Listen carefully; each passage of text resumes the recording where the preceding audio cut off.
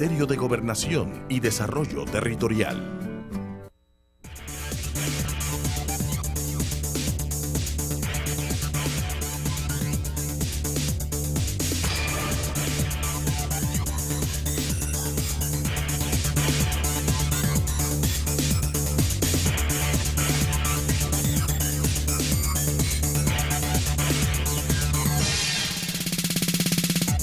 Buenas noches, bienvenidos. El Salvador, es un gusto, es un placer, un verdadero privilegio para este servidor darle la bienvenida a todos ustedes esta noche para disfrutar su entrevista 8 en punto. Jueves, noche de análisis. Vamos a estar abordando dos temáticas y por supuesto siguiendo muy de cerca de lo que está sucediendo al interior de la Asamblea Legislativa, y es que se ha propuesto la iniciativa de ley por medio del presidente de la República, por medio del ministro de Seguridad, 28 millones de dólares que se puedan encaminar precisamente para el combate a la delincuencia, un refuerzo para esta área. Adicionalmente se está barajeando la posibilidad de un nuevo impuesto para seguridad. Vamos a estar muy pendientes. Situación de seguridad, vamos a abordarlo, pero también la resolución del pasado viernes, donde el juzgado cuarto de sentencia de la jurisdicción de San Salvador decidió al final ponderar argumentos de extinción tanto de la acción penal como de la acción civil en el caso conocido como CELENEL. Con gusto, esta es nuestra propuesta de esta noche y le damos la bienvenida a don Dagoberto Gutiérrez. Don Dago. Hola. Un placer tenerlo acá. Buenas noches para todos. Un gusto también darle la bienvenida esta noche a don Mauricio Meyer. Don Mauricio, un placer. Igualmente, Sergio. Un gusto. También en estudio le damos la bienvenida al doctor Oscar Godoy. Doctor, un placer noches. También. Un saludo. Yo le doy la mano. Saludamos, por favor, denle la mano extensivamente al Banco Agrícola, porque noche tras noche hace posible el primer segmento de su entrevista, 8 en punto.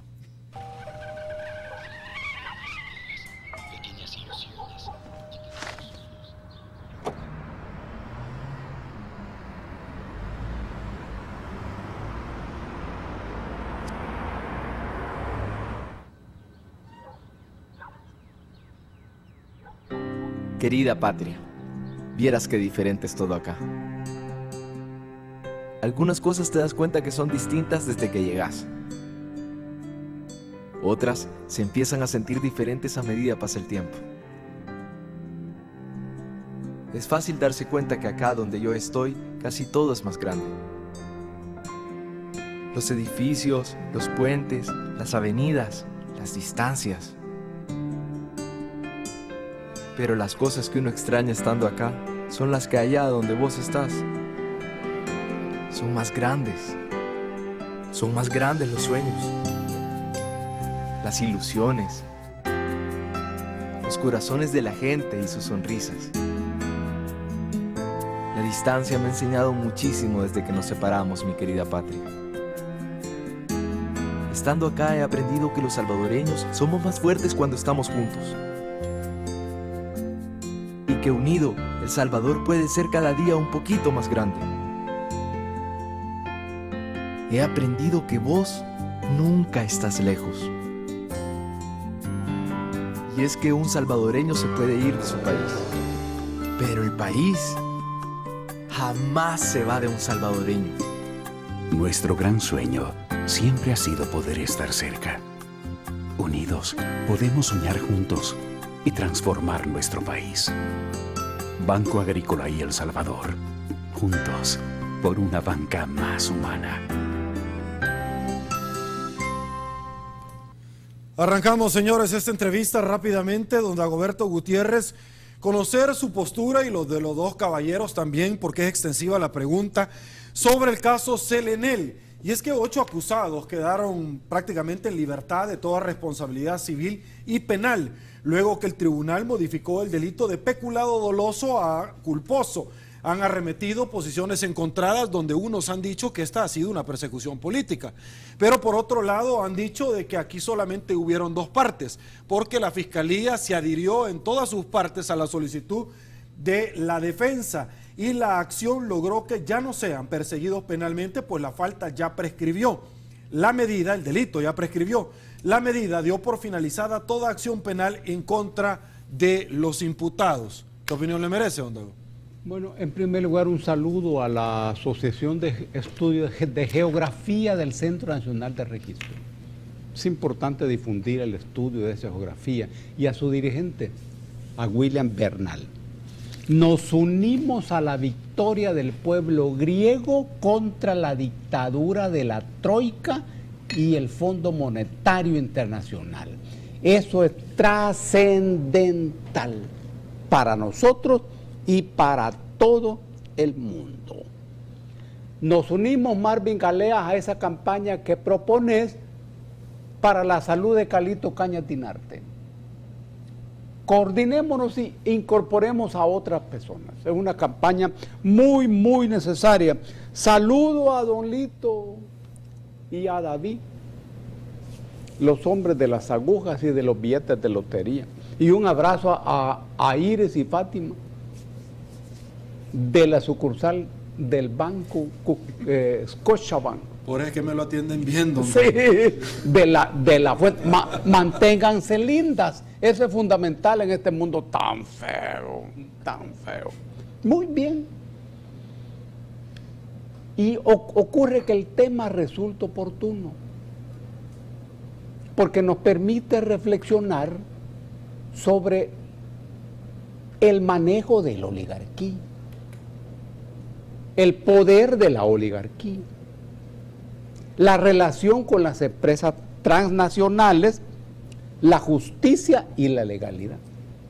Es que los que estaban acusados no son fulano de tal, mengano o perencejo, no.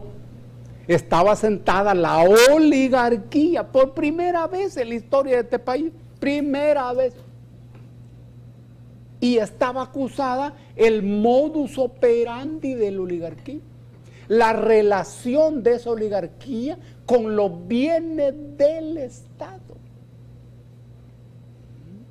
con el uso del poder político omnipotente, total. Cuando uno mira lo que ocurrió con la GEO, la antigua GESAL, y con la explotación de la energía geotérmica, se da cuenta del inmenso negocio. Todos conocemos el acuerdo de socios en donde se le dio a la empresa italiana todo en sus manos y el Estado renuncia a la capitalización. Hay un documento. Ahora, ese es el negocio de la oligarquía. Esa es la manera de actuar. No encontraremos quizá ni un capítulo en donde los oligarcas hayan actuado decentemente, honradamente. Es que si no, no fueran oligarquía. Ahora bien, los declara inocentes.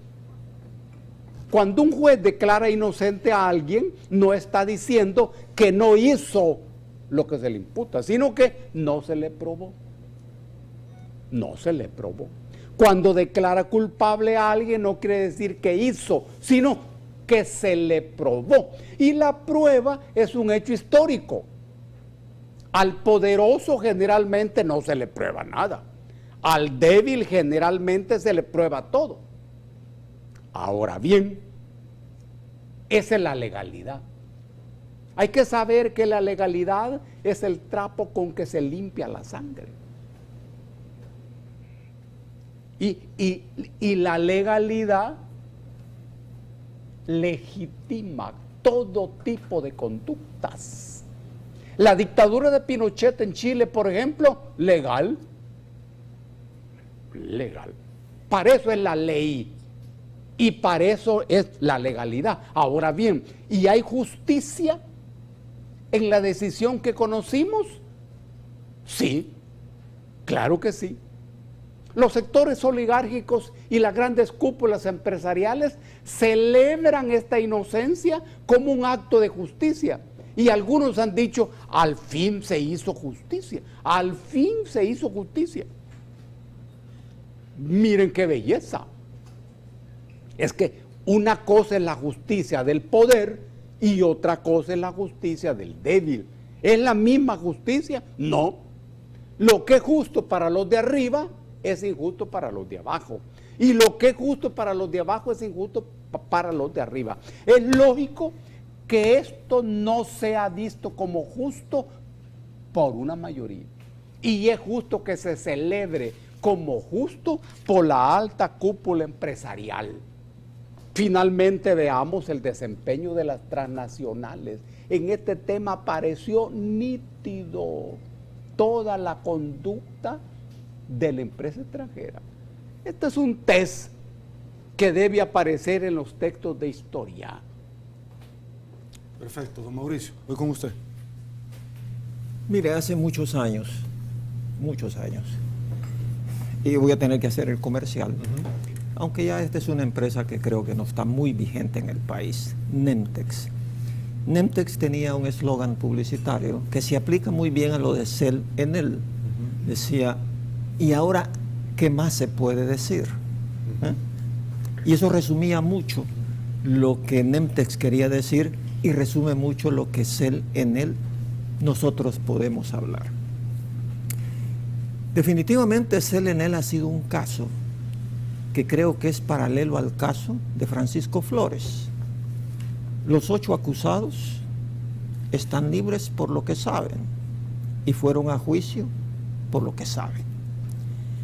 El problema de Cell Enel es tan complejo que este gobierno tuvo que pagar cerca de $300 millones para comprar lo que era de nosotros.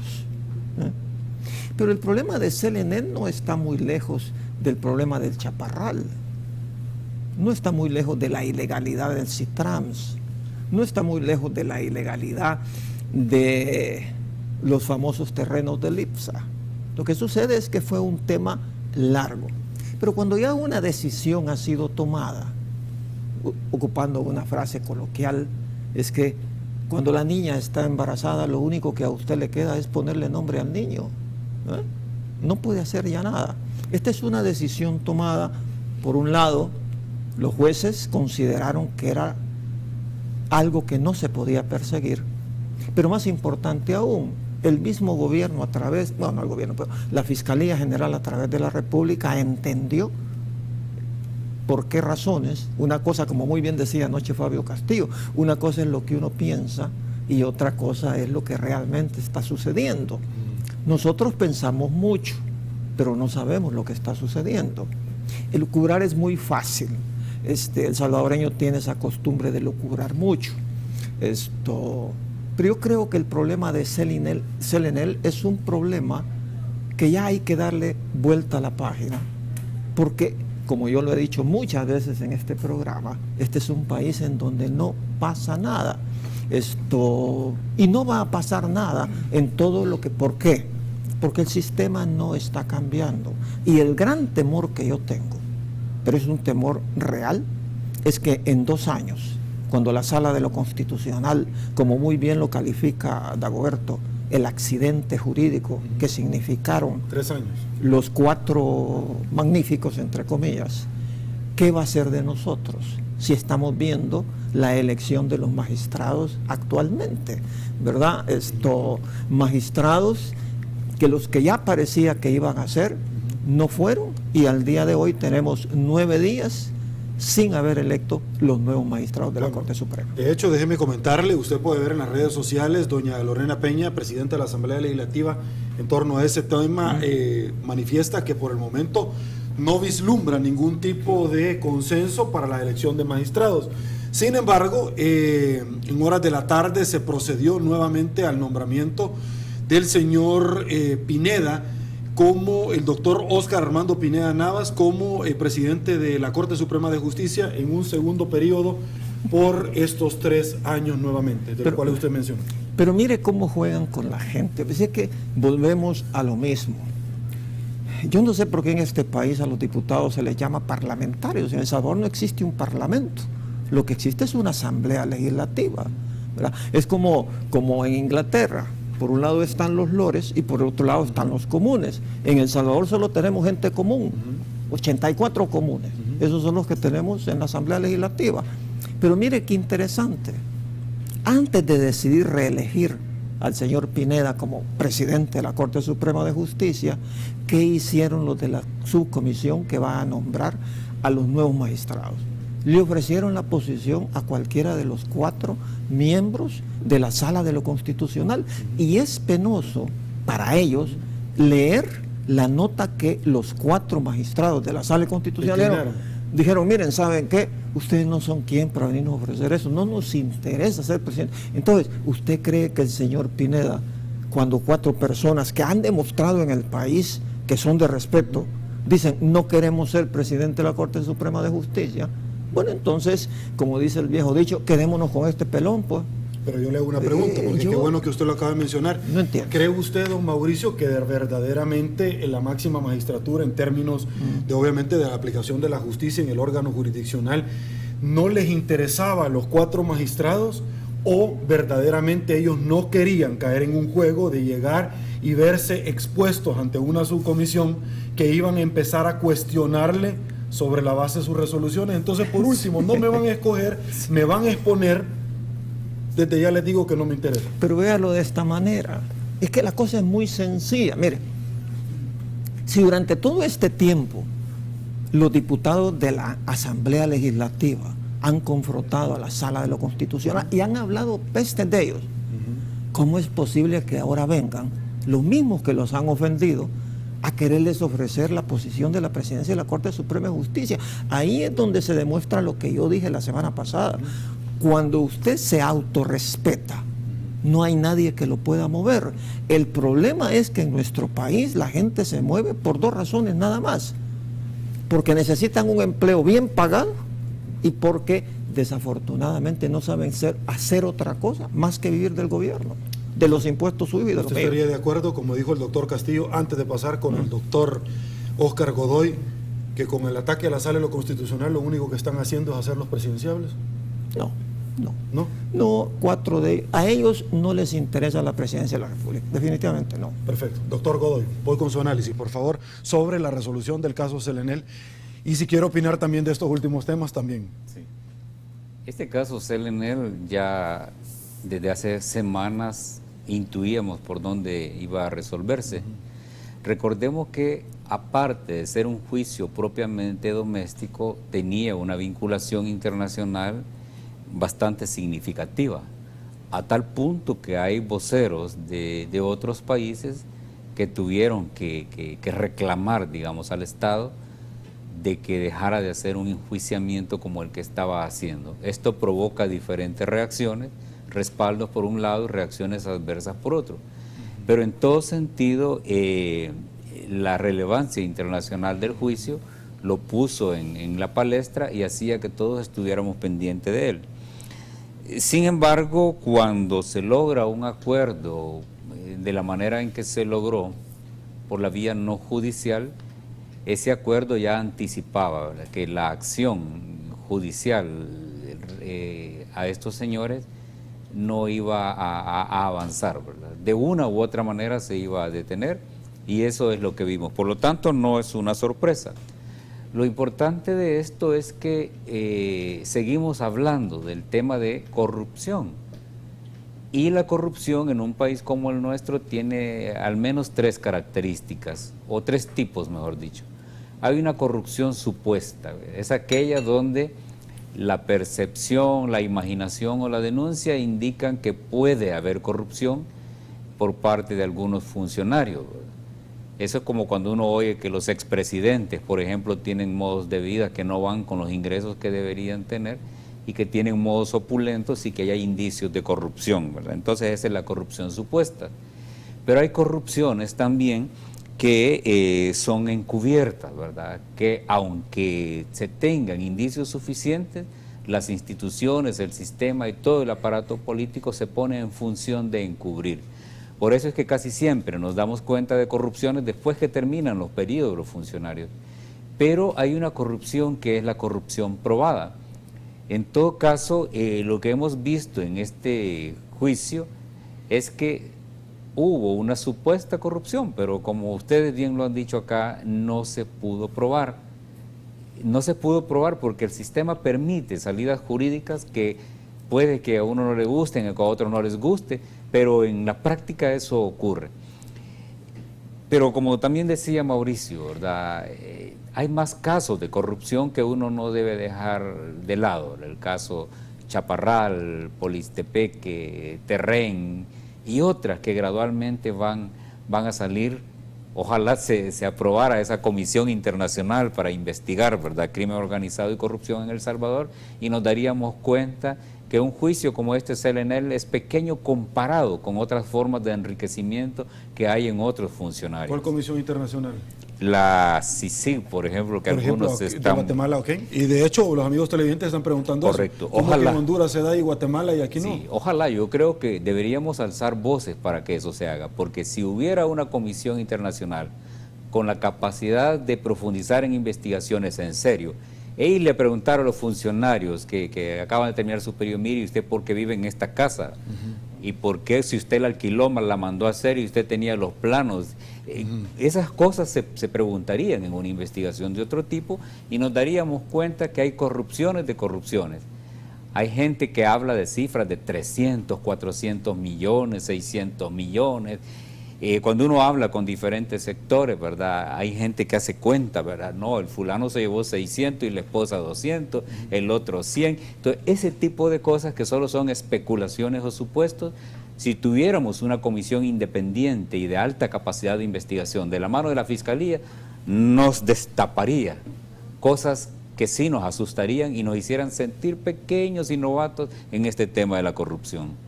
Perfecto, ok, vamos a una pausa. Yo sé que ustedes quieren seguir opinando sobre este tema, aguántenos un ratito. En segundos, señores, volvemos con mucho más. Volvemos.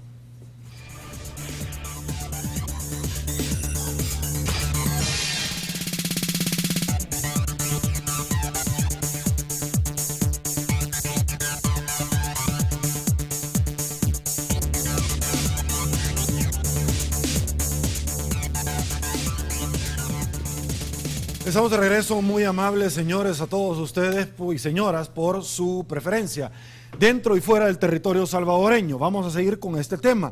Ahora voy a profundizar un poquito sobre el impacto que pudo haber tenido más allá de esta resolución.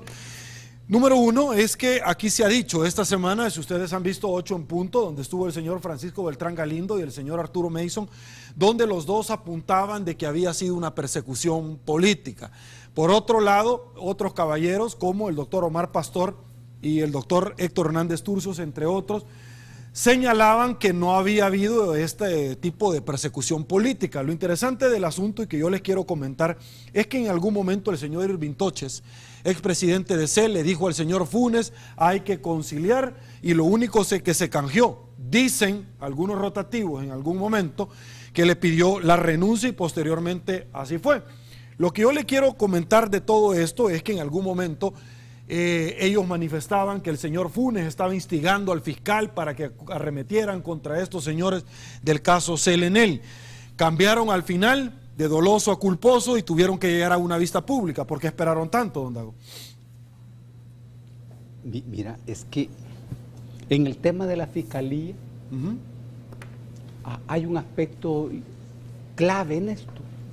Porque justamente el artículo 193, que tiene que ver con las atribuciones, dice, el fiscal representa los intereses del Estado y de la sociedad.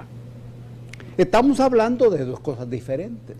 Justamente el Estado nace de la sociedad y se encarama en ella a partir de la misma sociedad. Muy bien, pero son dos cosas muy diferentes. El fiscal puede representar los intereses del Estado y de la sociedad al mismo tiempo. ¿Y qué ocurre cuando los intereses de la sociedad chocan con los intereses del Estado? O cuando los intereses del Estado chocan con los intereses de la sociedad. ¿Qué es lo que estaba en juego en este juicio? Los intereses del Estado. Es decir, los intereses del sector que controla el aparato del Estado en ese momento histórico. El Estado no es una cosa neutral, depende de quién es el propietario. Ahora bien, si el fiscal defiende los intereses del Estado, defiende los intereses del sector que controla el aparato del Estado. Eso quiere decir que defiende los intereses del Estado. ¿Y cuál es el sector que controla el aparato del Estado? Hoy, en este momento y hace 100 años. La oligarquía. El poder político del país es oligárquico. El ejercicio del poder político es oligárquico. Ese es el trabajo del señor fiscal y ese es el trabajo de la fiscalía. ¿Hay algo extraordinario en eso? No, no. Como no hay nada extraordinario en la absolución de estas personas. Se trata de que la sociedad no está preparada para condenar a estos personajes. No. Es que la estructura del poder, léase, el orden legal, funciona de acuerdo a este poder. ¿Hay corrupción en esta historia? Es justamente una historia de corrupción. Pero ocurre que el fenómeno de la corrupción es estructural. Estructural. No es discrecional para cada persona. No. Va adentro de la estructura. Es más, esto afecta la misma idea de comisiones internacionales para investigar la corrupción, porque si la corrupción es estructural, esto quiere decir que es alimentada, cultivada y fomentada como modus operandi del poder.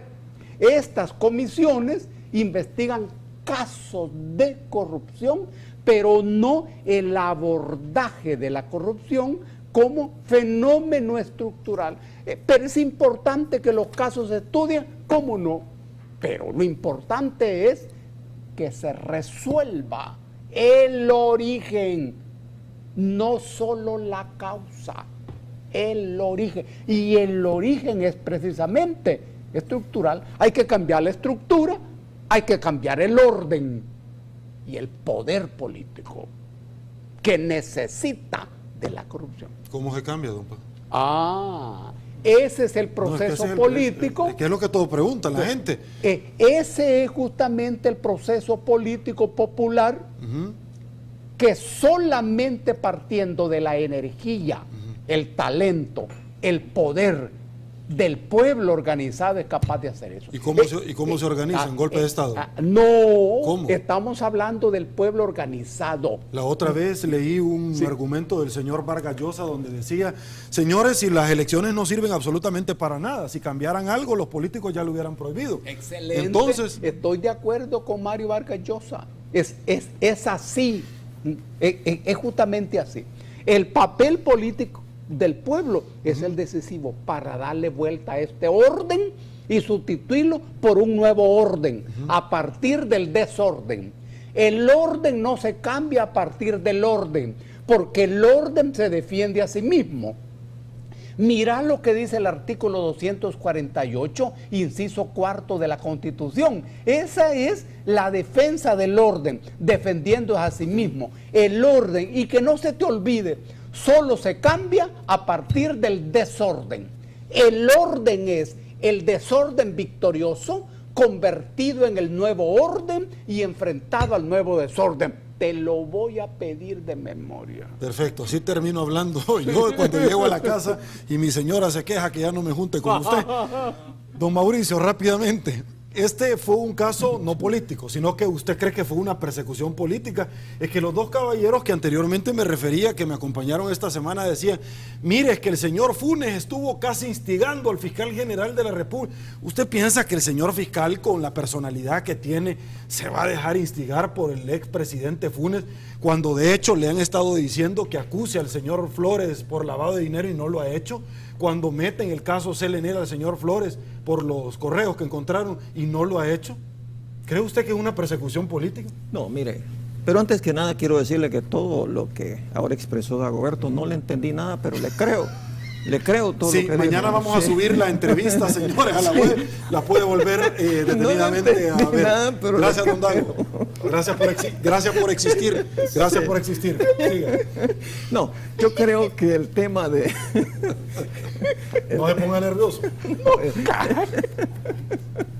Es un gran malo. El tema de la oligarquía que menciona tanto Dagoberto es un ejemplo de la oligarquía final de lo que hemos vivido. Ahora hay que prepararnos para la nueva oligarquía descalza. La nueva oligarquía descalza está representada en los que se han tomado el poder en el gobierno. ¿Por qué? Miren, la gente se pregunta por qué razón este gobierno no se preocupa de todo lo que está sucediendo en nuestro país. Los muertos, el CITRAMS, el desorden.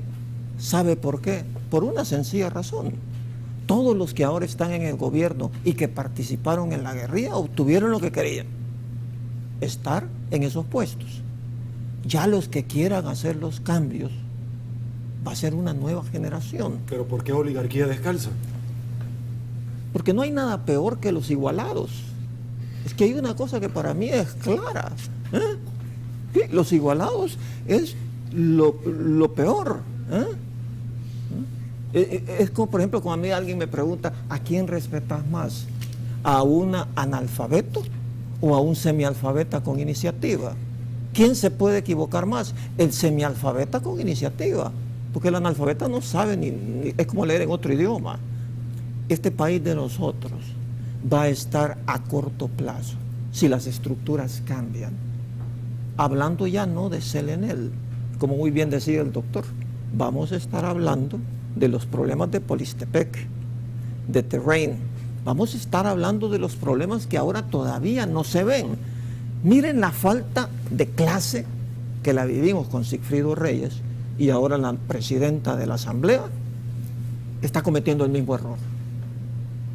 Llegar a esa altura a nivel de los congresos, aquí no tenemos un congreso, aquí tenemos una asamblea, aquí no tenemos parlamento ni congreso, aquí lo que hay es una asamblea legislativa.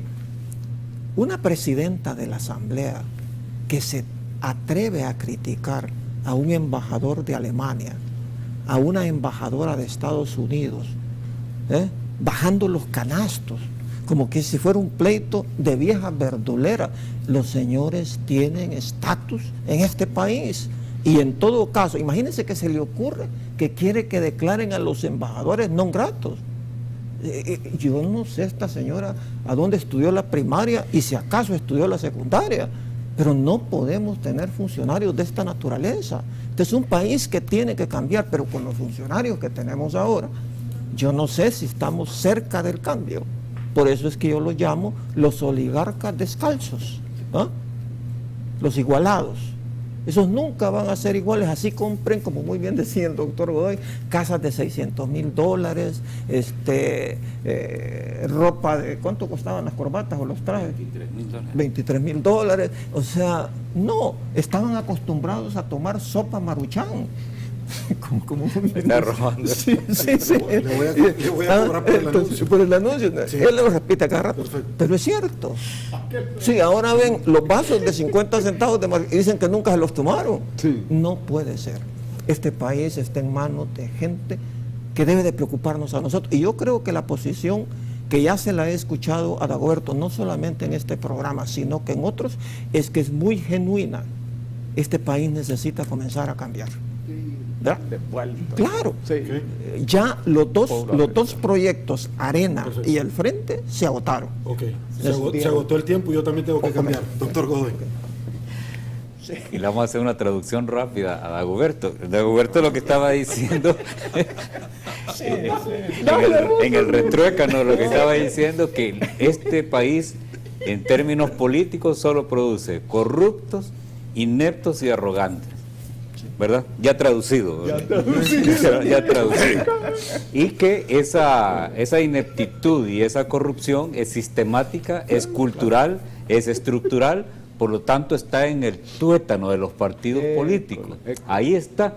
Entonces, siempre hay un turno, ¿verdad? Y en cada turno cada quien se va destapando las cosas de la corrupción.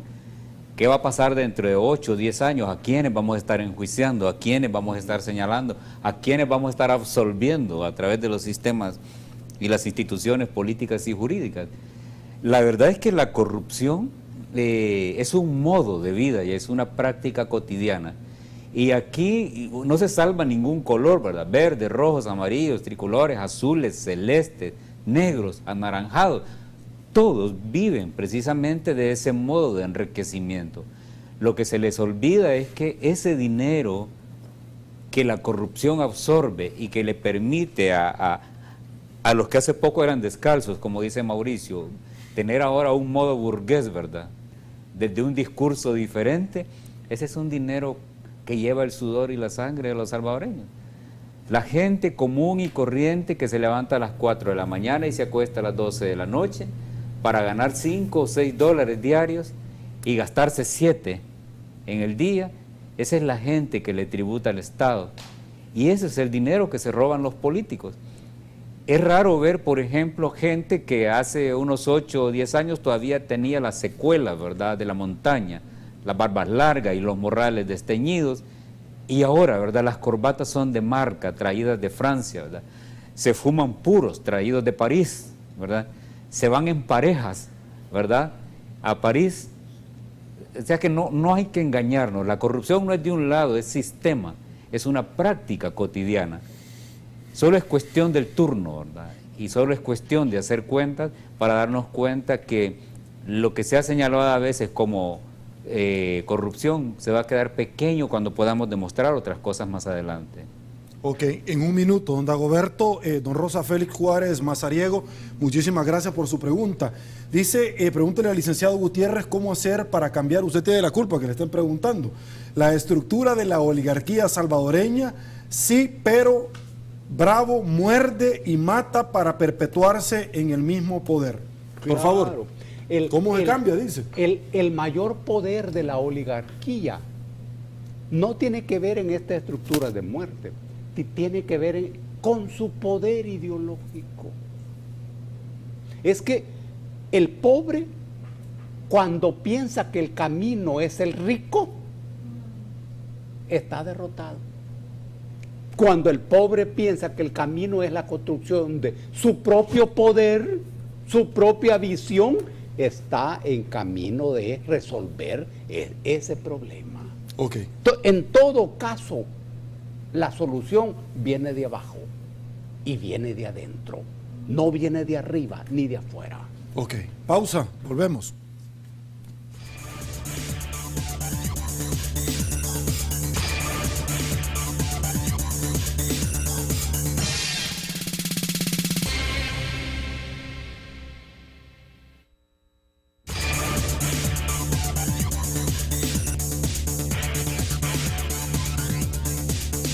Estamos de regreso. El tercer segmento de su entrevista 8 en punto es gracias a la fina cortesía de ACOBI, de RL. Continuamos.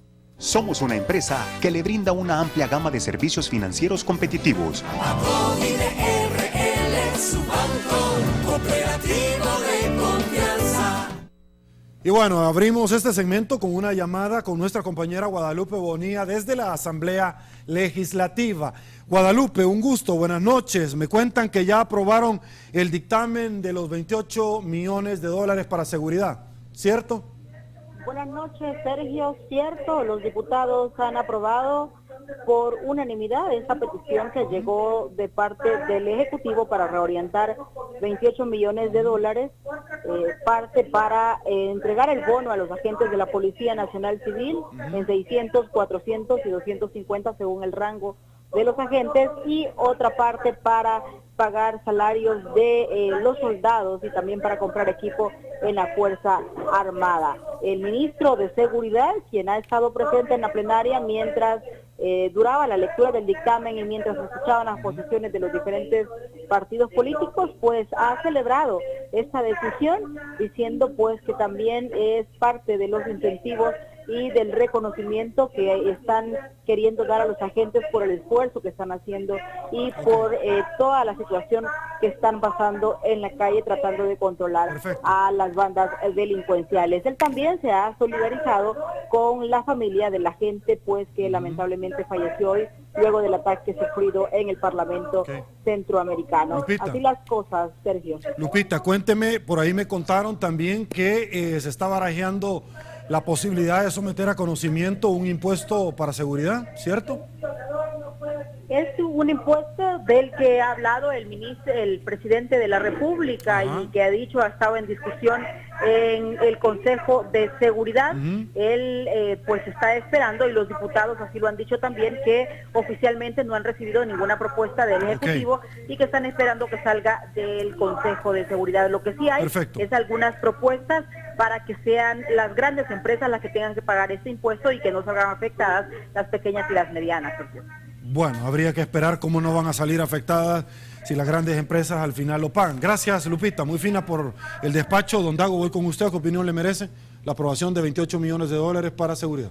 Sin duda que es importante y además justo. La Policía Nacional Civil está librando una guerra que en realidad no le corresponde. Y el Estado está obligado a darle apoyo a los policías y también apoyo a sus familias. ¿Por qué hablamos de guerra y no de delincuencia? En primer lugar, porque se trata de un conflicto. Ciertamente es un conflicto no atendido ni entendido, que durante 25 años logró desplegarse y desarrollarse, alcanzar el follaje que hoy tiene. 2, es guerra porque los grupos iniciales se convirtieron en fuerza, con poder territorial y con capacidad de establecer prescripciones que norman la conducta de los habitantes. Eso es una fuerza política, ideológica y militar que finalmente tiene capacidad para enfrentarse al Estado, que es lo que está ocurriendo en varios puntos del territorio. Eso ¿es trabajo de la Policía Nacional Civil? No. Por eso hay que apoyar a los policías y abordar esto de otro modo. Este es un mensaje para la gente del gobierno que está trabajando en esto. Perfecto. Bueno, vemos ahí nosotros un Twitter donde la Fiscalía General de la República comunica que ha logrado, acá precisamente muy fina Georgina, logra condena de 5 y 28 años de cárcel contra 16 pandilleros por homicidio y agrupaciones ilícitas. Buenísimo, señor fiscal. Don Mauricio, voy con usted. Mire, esto que voy a decir posiblemente no les parezca a ustedes correcto, pero la medida populista más reciente se llama 28 millones de dólares aprobados en la Asamblea esta noche. ¿Por qué? ¿Qué va a resolver 28 millones de dólares en la lucha contra la delincuencia? Cuando usted nada más en un mes le va a dar a un policía 600 dólares, que posiblemente ya hasta los debe. ¿Y el siguiente mes qué? ¿Cuál va a ser la motivación económica el siguiente mes para esos policías, para esos cabos, para esos sargentos? Pero peor aún, los 13 millones de dólares que le van a dar al ejército no lo van a ver los soldados. Y en este país estamos acostumbrados a que dónde quedó la bolita, a quién le pasaron la bolita y a dónde quedaron los 13 millones de dólares. ¿Usted cree que cuando salgan los policías y los soldados, los policías con el bono de 600 dólares y los soldados sin ningún bono, van a querer ir adelante? Lo más seguro es que el soldado le diga, no, si a usted le están dando 600 dólares mensuales, váyanse ustedes adelante, a nosotros no nos están dando nada. Pero ¿y el siguiente mes qué? ¿Y dentro de 2 meses qué? Es una medida populista, torpe, tonta y sin nada que ver. 28 millones de dólares tirados a la basura para nada. Es que no hay política de seguridad. No hay talento en lo que está pasando en este país por una razón sencilla. No les interesa. Y yo lo dije la vez pasada. Tenemos que esperar 4 años más. ¿Cuántas personas más van a morir en este país cuando ni siquiera el Procurador de los Derechos Humanos con la muerte de los policías se pronuncia, está más interesado en problemas de tipo sexual que en problemas de la vida de los policías y sus familias. No, es que este país está ya realmente en un punto de mediocridad tan grande que yo no sé qué es lo que tenemos que hacer para que cambie. Por eso cada vez que lo menciona Dagoberto, yo estoy convencido que es necesario comenzar a pensar diferente de lo que están manejando el país. Ok, eso sí lo entendió. Es la poca cosa que le he entendido. Ok, perfecto, voy con usted. Un gusto, don Dago. Sigue, sigue, don eso Dago. esto no necesita traducción. Usted dice si el otro jueves lo invitamos o no, por favor, doctor. Bueno, yo sí estoy contento con los 28 millones. Con lo que no estoy contento es que sea algo temporal. Yo siempre he dicho en cualquier oportunidad que tengo que si hay algunos segmentos de la población que hay que pagarles más, es a los policías, a los fiscales, los bomberos, profesores, enfermeras, todo ese conglomerado de trabajadores que cuidan nuestra vida y que nos dan seguridad en uno u otro sentido. Luego que se quemó el centro comercial, se olvidaron de ellos. Se olvidaron de ellos y hay que darles mejores prestaciones, hay que apoyar que tengan incrementos salariales significativos, no del 5%, porque a los policías, fiscales, enfermeras, bomberos hay que aumentarles quizás un 35% para ayudarles un poco y más prestaciones, porque esa es la gente que sí trabaja y la que está en primera línea, está en la línea de fuego para defender a los salvadoreños. No es justo que sean los políticos los bien pagados, ¿verdad? Y son los que saquean al pueblo.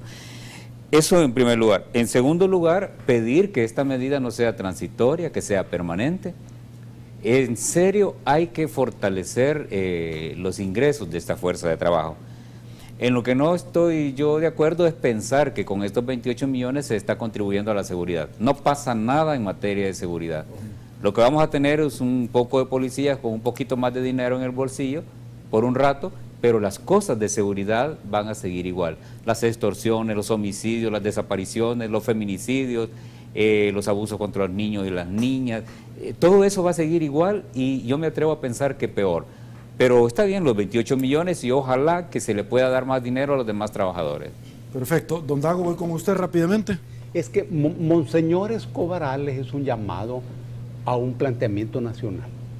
Es necesario ponerle atención a este proyecto e invito a Monseñor Escobarales para que la iglesia tome esa iniciativa de tal manera que distintos sectores con distintos intereses y colores tomemos el país en nuestras manos. Don Dago, en una palabra, un amigo televidente dice, ¿por qué don Dagoberto se ha sido parte del FMLN y ellos están en el poder? No hay los cambios que habla al final don Dagoberto. ¿Por qué? Sí, usted estuvo ahí. Exactamente, yo soy fundador del FMLN, antiguo jefe guerrillero, negociador, pero no soy parte de este gobierno, no. Son mis amigos, pero no comparto su política, ni su filosofía, ni su capital. Perfecto. Pausa. Señores, volvemos.